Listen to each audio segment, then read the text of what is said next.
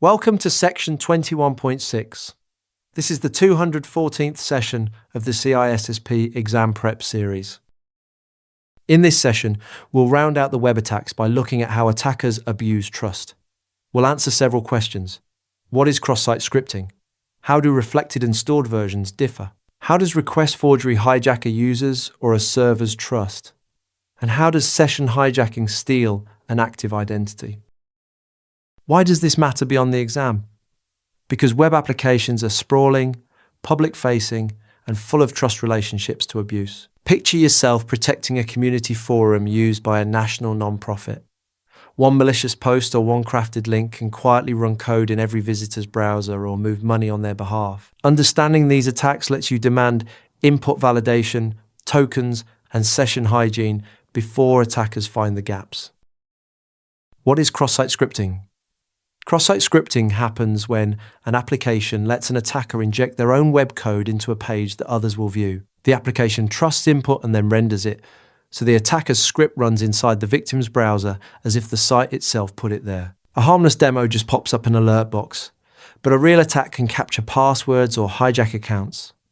The whole class exploits the trust a user places in a legitimate website. Think of slipping a fake announcement onto a trusted community bulletin board, one that quietly picks the pocket of everyone who reads it. How do reflected and stored cross-site scripting differ?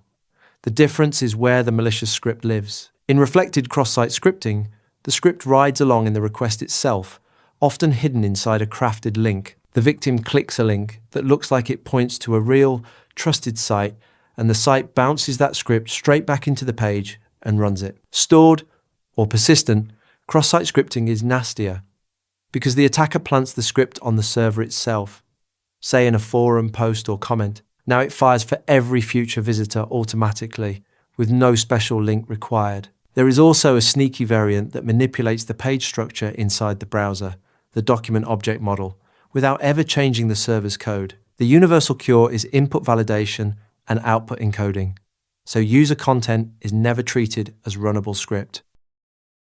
How does request forgery hijack a user's or a server's trust? Request forgery tricks someone or something into sending a command it did not intend.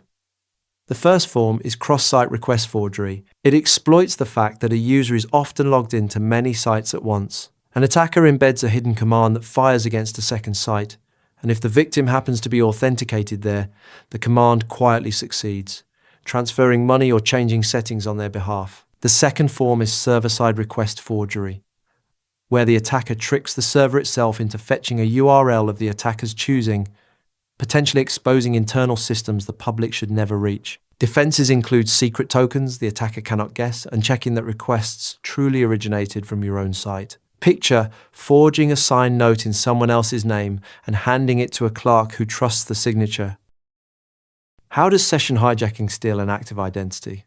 Session hijacking is when an attacker seizes an already authenticated session and impersonates the legitimate user.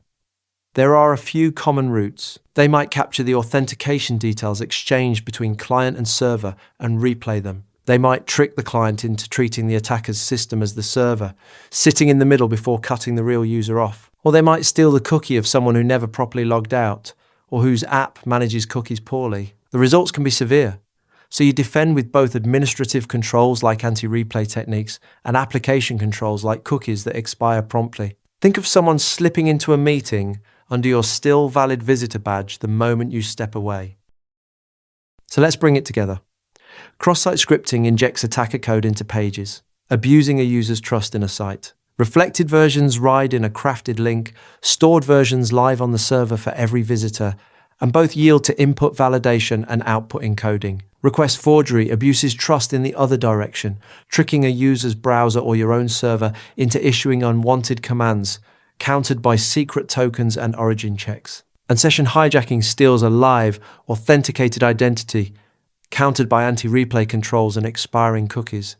Across all of them, the theme is the same: never let trust go unverified.